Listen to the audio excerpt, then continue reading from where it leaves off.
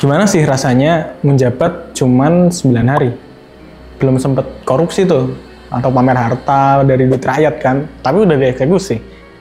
Salahnya di mana coba? Inilah yang dialamin sama Lady Jane Grey, mantan Ratu Inggris yang dieksekusi mati di usianya yang baru menginjak 16 tahun. Mirisnya lagi, saat itu tuh dia baru menikah dan belum sempat kawin. Penasaran gimana ceritanya? Check it out. Hai guys, terima kasih udah mampir ke video ini. Saya Reza Mokel, dan sekarang kamu lagi ada di segmen Batagor.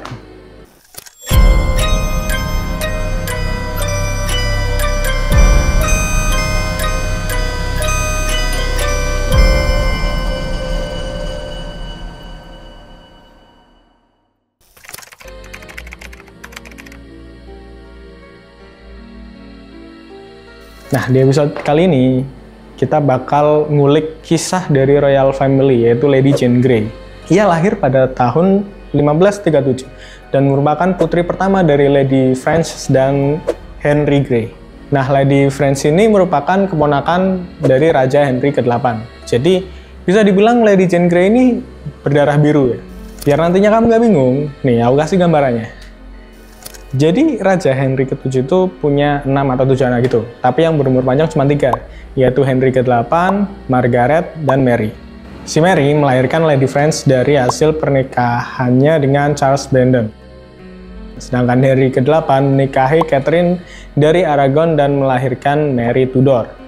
Namun ia lebih memilih cerai dan menikah lagi dengan Anne Boleyn, kemudian melahirkan Elizabeth I. Setelah menghormati Anne Boleyn, ia menikah lagi dengan Jane Seymour dan dikaruniai anak laki-laki yaitu Edward ke-6.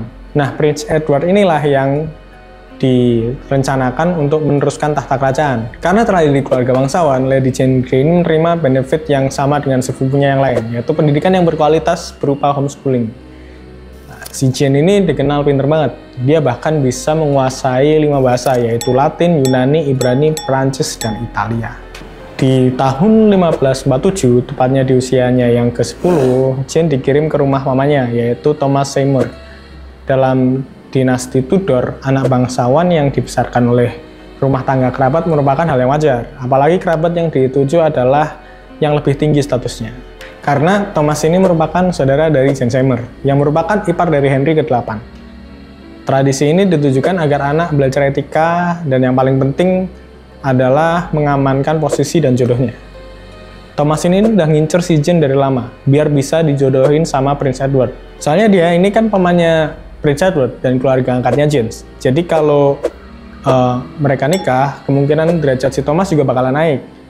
Di tahun yang sama, Thomas menikahi mantan istri Henry, yaitu Catherine Parr. Sayangnya, Catherine meninggal 1 tahun kemudian saat melahirkan anaknya, yaitu Mary Seymour, dan Jane dipulangkan ke rumahnya. Tapi gak lama setelah itu, Jane balik lagi ke rumah Thomas. Soalnya Thomas sendiri itu ngerasa Jane itu harta yang paling berharga buat dia, karena bisa berpengaruh terhadap statusnya.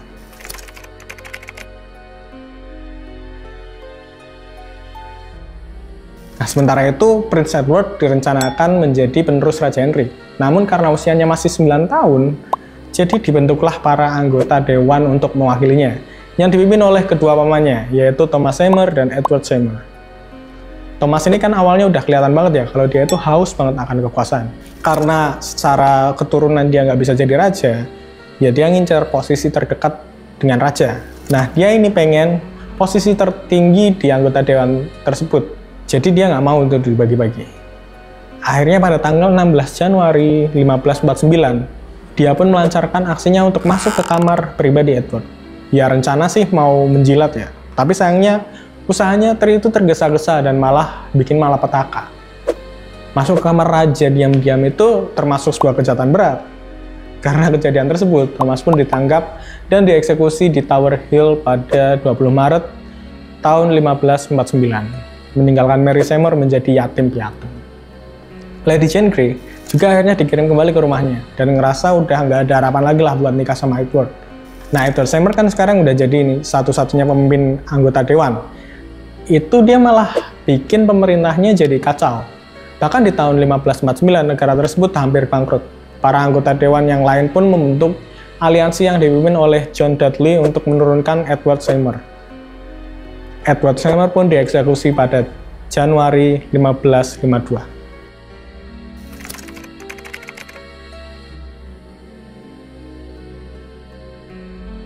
Di bulan Januari 1553, King Edward jatuh sakit di usia 15 tahun. Gak ada yang tahu pasti penyakit apa yang dideritanya. Tapi emang beberapa sumber menyebutkan kalau salah satunya adalah tuberkulosis. Ya emang sih, King Edward ini udah sakit-sakitan sejak dia kecil. Dan sebelum dia meninggal, demam dan batuknya tuh semakin memburuk. Ternyata emang guys, cowok itu kalau sakit cuma takutnya sama demam. Merasa khawatir dengan tahtanya, King Edward pun nulis surat wasiat. Awalnya itu nggak kepikiran nih, kalau dia jadiin Lady Jane Grey ini sebagai penerusnya. Apalagi dia kan sepupu ya. Masih ada tuh Mary Tudor sama Elizabeth I yang saudara tiri. Jadi dia pun nunggu mereka untuk memperoleh anak laki-laki sebagai penerusnya. Tapi seiring berjalannya waktu dan kondisinya semakin memburuk, saudara-saudaranya ini nggak ada yang punya keturunan. Dan yang kita tahu, Elizabeth I ini memilih untuk tidak menikah dan hidup mandiri. Jadi King Edward pun merevisi surat wasiat dan mencabut hak waris saudara tirinya, kemudian mengalihkannya kepada Lady Jane Grey. Nah, kenapa memilih Lady Jane Grey? Bukan tanpa alasan. Sang raja milih Jane karena ia beragama Protestan, sedangkan saudaranya, si Mary Tudor, beragama Katolik Roma. Dulunya Raja Henry ke-8 memutuskan hubungan antara gereja Inggris dan Roma, sehingga dia pun pengen yang menjadi penerusnya itu adalah penganut agama yang sama, yaitu Protestan. Walaupun Jane ditunjuk sebagai ratu yang berkuasa, tapi dia itu tetap harus melahirkan keturunan laki-laki. Karena kalau dia nggak bisa punya keturunan laki-laki, tahta tersebut bakal jatuh ke anak laki-laki saudaranya.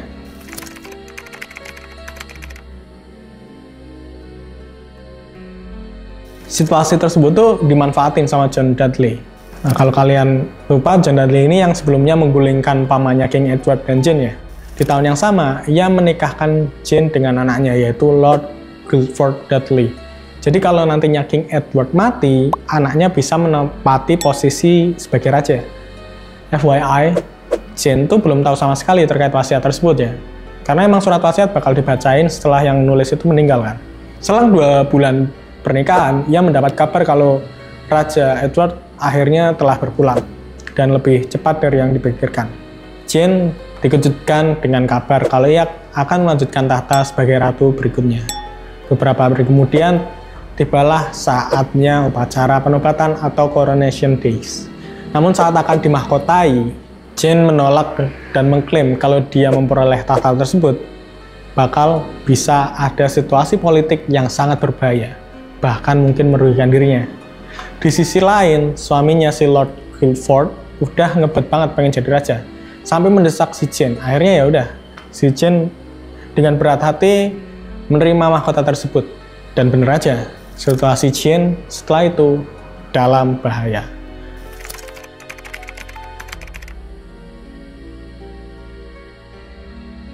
Tak lama setelah itu, Mary Tudor ngajuin ke Privy Council atau badan penasihat untuk menjadikan dirinya ratu. Soalnya dia ngerasa kalau dialah yang seharusnya mendapatkan tahta. Berhubung dia kan anak kandung dari Raja Henry. Karena statusnya tersebut, Mary Tudor lebih gampang memperoleh dukungan untuk menggulingkan Jane. Apalagi dia populer banget kan di kalangan para Katolik, karena memang Mary Tudor ini tokoh yang taat banget sama agama. Mary Tudor pun dinobatkan menjadi ratu di tanggal 19 Juli 1553. Tepat 9 hari setelah Jane menjabat. Malang banget nasib Jane ini kan, karena bahkan ayahnya ninggalin dia buat nyelamatin dirinya sendiri setelah tahu Mary udah berkuasa.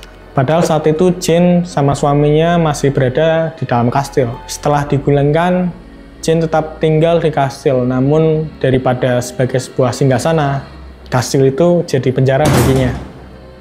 Mary Tudor itu makin lama makin ngerasa kalau Jane ini bakal jadi ancaman. Apalagi Jane ini kan Protestan, dan kala itu banyak banget situasi politik yang menyudutkan. Di tanggal 12 Februari 1554, Guildford akhirnya dieksekusi mati. Di jendela kastil, Jane melihat badan suaminya yang kepalanya telah dipenggal, digotong ke dalam kapal. Sebagai keluarga bangsawan, ia diberikan pilihan untuk dieksekusi secara private.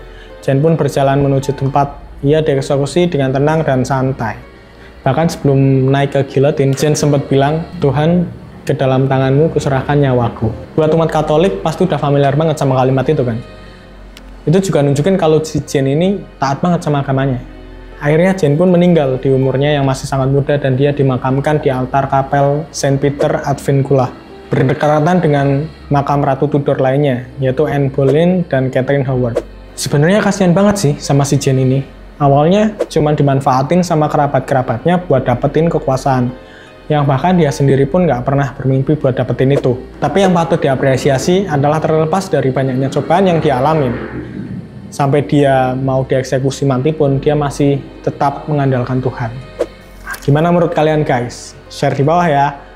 Terima kasih udah menonton. Jangan lupa like, comment, subscribe biar kamu nggak ketinggalan konten seru lainnya. Stay curious, stay mysterious.